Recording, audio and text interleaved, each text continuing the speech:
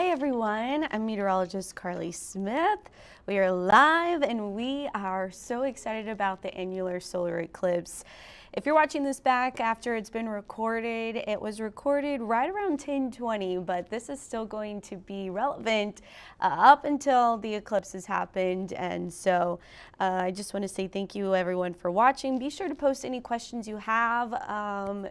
I'm here to answer questions about the eclipse, the weather, the cold front, how hot it's going to be today. But of course, right here, this is your forecast for tomorrow during the eclipse. And yes, we do have a chance for some cloud coverage, unfortunately. I'd love to come on here and have something different to say than what Alan might have said last night or what I even said during First Edition this morning. And I will say that the models are trending with the clouds clearing out a little bit earlier each run that they come out with. But regardless, there is still going to be a chance for some cloud coverage. And just if there's and it does look like it's going to be our low level clouds where it's that stratus layer that then starts breaking up, throughout the morning. And so we'll see mostly cloudy skies as the eclipse is getting started. That's 10:26 for Corpus Christi, mostly cloudy skies then. And the clouds will be breaking as the eclipse continues. So there's a good chance we're going to have a great view right as annularity is taking place, 11:55 to noon. But of course, it only takes one cloud with the perfect timing to block the sun, and nobody wants that. But anyway, we'll continue on with the forecast now. So the cities under annularity and the timing. So almost all of the coastal bend is going to be very similar to Corpus Christi's timing. However, areas further to the north and west are going to be about a minute or so earlier, and areas on the outside where there's that blue line, you're going to see less of the ring of fire, or a shorter time span of that ring of fire. So we'll start with Beeville, starting at 11:54 for Beeville.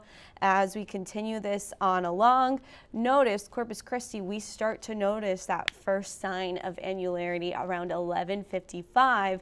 We're getting it in Mathis, George West. So between Beeville and Corpus Christi, it's going to be 11:54 to 11:55 for your start time. But areas on the outer fringe of the eclipse, you're going to see it happen a little bit slower. So Kingsville, not seeing it yet. Benavida is not quite under that annularity yet. But as we continue on along, everyone in the coastal bend will be under annularity. It's going to depend, though, who gets the best view based on our sky coverage, unfortunately. So, but 11:58 is when Corpus Christi will see that pure ring of fire. So those areas under the center, you're going to see that perfect ring around the edge of the moon shadow, and it's going to be just really cool. And I hope you get a chance to watch it for sure. So make sure you're sharing this post with your friends and letting them know everything that they need to know about the solar eclipse that we have going on. So one thing I want to talk about is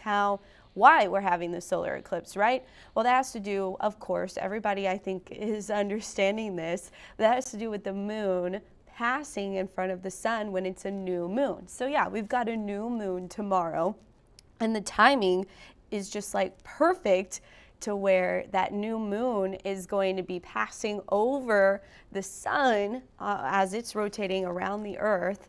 The moon is rotating around the earth. It passes in front of the sun during the daytime, which doesn't always happen. And so we would, if it was on the other side of the earth, anyway, because of this perfect timing, we get the solar eclipse. So Emma Hernandez Garcia asked, what is annularity? And that is, I have a graphic that shows that off perfectly. If you just hang on for 1 second, we'll get to it. Will you be able to look at the sun from start to finish? First of all, Linda Perez, don't look at the sun without the protective eyewear. That would be so dangerous to do. Even for a few seconds, right? So the best thing to do is to have those glasses. I didn't bring any over here, or make a pinhole projector. Or another fun thing that I have done is you can just take any piece of paper, and then if you have a hole punch or a way to punch a hole in it, you can see the eclipse through any shadow. So any shadow that has holes. So if you have trees in your yard, you can see the eclipse happening through the leaves also. So that's pretty neat to see. But anyway, annularity, we'll get to that, and we'll get to the timeline as well. But essentially, we will have sunlight the whole time. That's why this is an annular solar eclipse instead of that total solar eclipse, right? So that's what we will be seeing. Then anyone that's not in that shadow of the moon, you're gonna see just a little bit of an eclipse. Everyone that's in that full shadow, you get to see the full eclipse. So that's the penumbra versus the umbra of the shadow, which is pretty cool. Some viewing tips: don't look directly at the sun. Our director Blake brought me some glasses. You'll want to have these to look through. If you can see anything when you put them on inside your house or when you're not looking at the sun, they are not safe enough. So normal sunglasses are not safe enough. Only approved solar filters. So you can find that ISO, I think is what you're looking for, which should be on the glasses. And it's even safer to observe it like through the pinhole projector, or like I said, just punching a hole in a piece of paper and then letting the sun shine through that hole. It will project on the sidewalk or so forth, wherever you're looking. So where can we get those glasses? We've got a link on KIII.com. I'll look for that link, Ben. We're gonna go take this full so I can do some looking, and then we'll talk about the annularity. So an annular solar eclipse and the annularity, that has to do with that ring of fire around the sun. So essentially, a full solar eclipse, what you are seeing is going to be the moon totally blocks out the sun.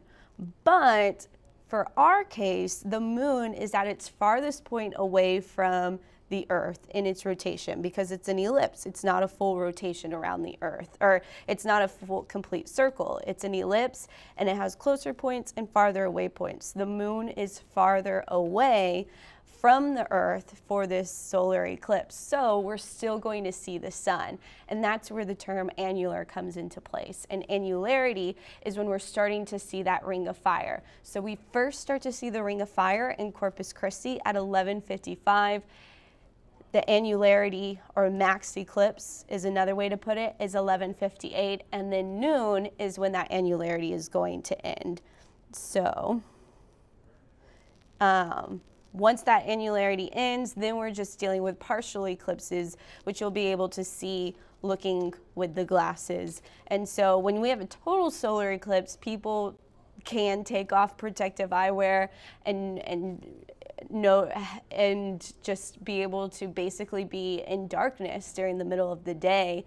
Street lights would go on, but in this case, we're still going to get sunlight. So it's going to be super important to protect your eyes. We had a great story, or a great interview with Dr. Sarani this morning that really explained kind of how your eyes work like a camera lens. And that was just really impressive to listen to and realize, like, your eyes are going to adjust, but they're not going to adjust properly because of the fact, especially that it's an annular solar eclipse. So he just does a great job explaining it. I am not a doctor in the medical profession, so I will leave that up to him. But I'm trying to find that article also to share about where you can get the glasses. But I've heard some places are starting to sell out of the glasses, unfortunately. So hopefully you have some. And if not, like I said, I think the best way is just punching a hole in a piece of paper and viewing it that way. So this is our cloud coverage that we have going on throughout the morning on Saturday. So Saturday, as the eclipse is approaching, or as the shadow is approaching, we are starting to see our clouds clear out. I still think kind of 37 west of 37 is going to have a poorer opportunity of viewing the eclipse. North and east of 37, a little bit of a better opportunity just based on the cloud coverage. But regardless, we're gonna have some patchy clouds out there. It's not a perfect forecast. I wish we were in the complete green. Of course, the only clouds in Texas are right where we're going to want to be seeing the eclipse. And so as the eclipse comes through, you can see there's still some reds on the screen.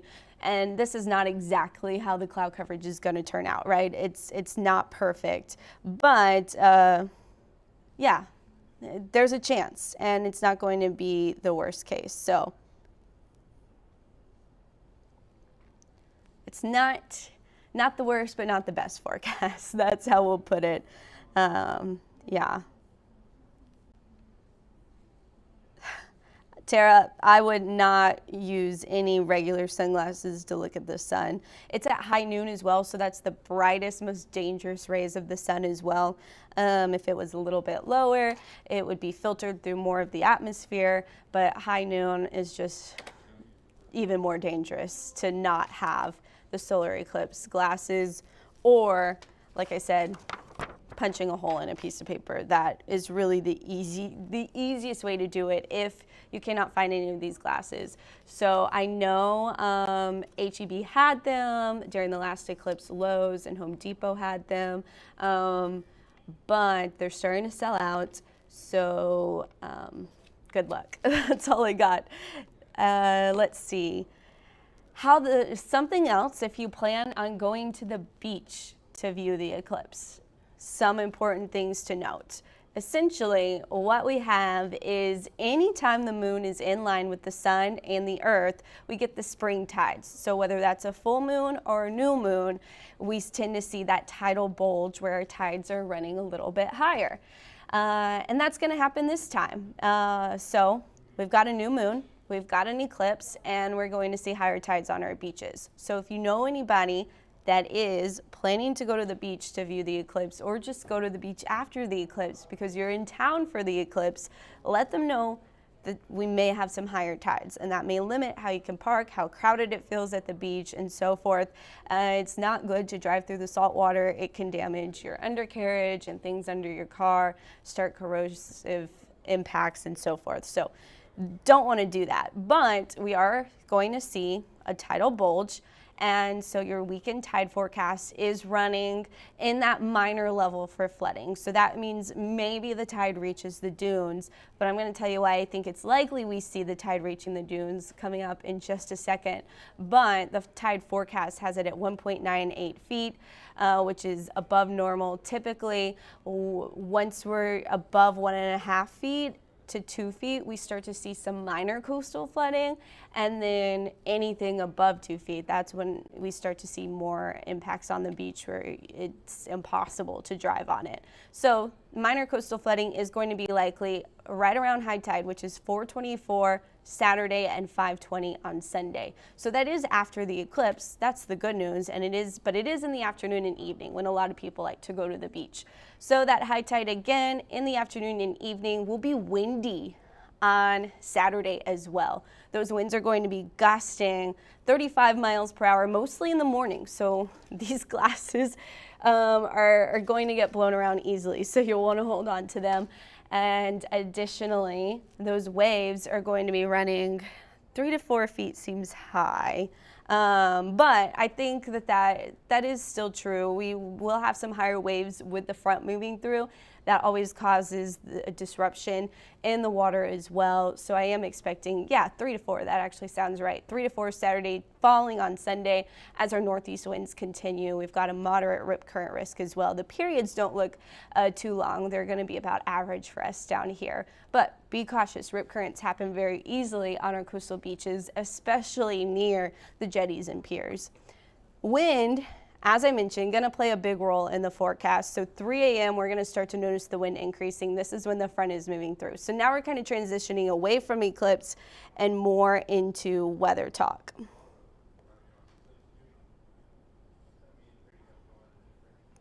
I think so, and I'm not an optometrist, but everything that I have heard is if you look directly at the sun, you can easily damage your eyes. You could even cause blindness. I know I glance at the sun occasionally off and on throughout the day, and you think it's not dangerous, but if you're like looking at it for a longer period of time than just a few seconds, then, which you'll probably want to do during an eclipse, it's not going to be good. So I say do not look directly at the sun without these guys. Without them, it's going to be so dangerous, even going through windows and so forth. I will say the shadow that's coming through your window will eclipse, like you will see the eclipse through that shadow. So that's a cool way to view it also, without looking directly at the sun. Anyway, back to the wind. We're going to see those winds out of the northeast throughout the day on Saturday, 10 a.m. as the eclipse is getting started. We've got those winds about 30 miles per hour. These are the gusts, so sustained will be a little bit lower, about 20 miles per hour, but gusts will likely be 30 miles per hour, up to 35 miles per hour as the eclipse is getting started. As we continue on, by lunchtime, as the eclipse, we're having that annularity come to an end, we are going to see the winds starting to weaken. We've got 20, 22 mile per hour gusts, and then it decreases as we head into Sunday, which is great. If you're planning to head out on a boat this weekend, Saturday is going to be worse than Sunday. And we've got a cold front, so you saw the cold front moving through, right? We've got one. It's going to be hot today. Hot before the front, that's for sure. We're really going to see temperatures in the 90s, heat index 106.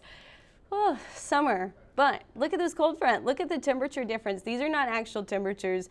These are the difference in our temperatures where the front is. So compared to the day before. Lubbock is 15 degrees cooler than the same time yesterday. Amarillo is 21 degrees cooler than the same time yesterday.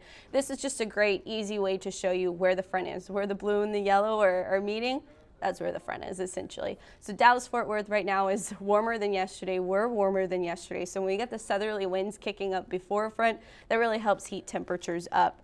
Then here's some more maps. Here's the air temperature. It's 50 right now in Amarillo. 50. We're going to have lows in the 50s. I'll show you when in just a second, but it's 78 in San Antonio, 82 right now in Corpus Christi. So what we are looking at also is a big change in dew point. That's going to be the main thing you notice with this front is our dew point dropping, our humidity dropping, and it's going to feel so nice over the weekend. Like, I can't emphasize that enough, y'all. I cannot emphasize it enough. So we are going to see our dew points falling. We're 78 right now. That is, I like to call that instant sweat, also known as sweltering. But as we head into the weekend, we're going to get those comfortable dew points that everyone knows and loves, right? So the wind is gusting behind the front. Look at that, Lubbock, Amarillo. We've got 36, 38 mile per hour winds. So I want to show you guys Dallas-Fort Worth starting to see the wind pick up. That's what we can expect tomorrow morning, are those similar conditions, right?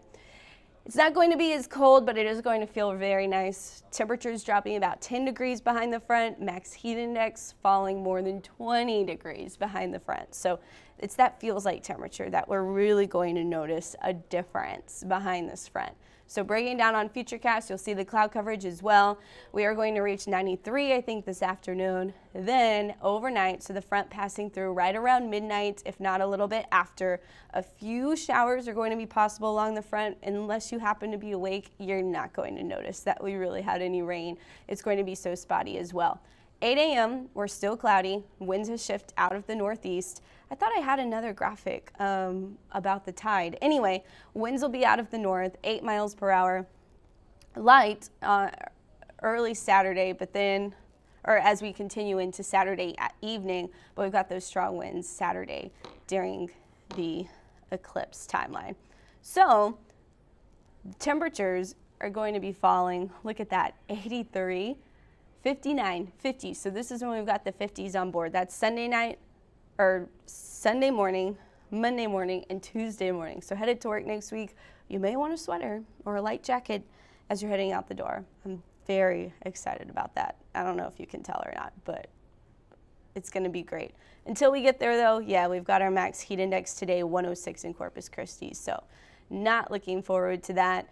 The wind out of the northeast, the strongest day will be Saturday. Winds start to pick back up Wednesday and Thursday. There's a chance we get another cold front just in time for next weekend, which could have pretty pleasant conditions for Jazz Fest as well. As you see here, Wednesday, Thursday, temperatures are heating back up, but we may cool back down next weekend. But overall, a fantastic 7-day. We've got sunny skies there. It's going to be so fabulous. So fabulous. I'm going to click back through some of these graphics while anybody asks any questions. And I'm gonna try to find, I made a coastal flood graphic and I either skipped over it or didn't put it in, which it looks like I didn't put it in.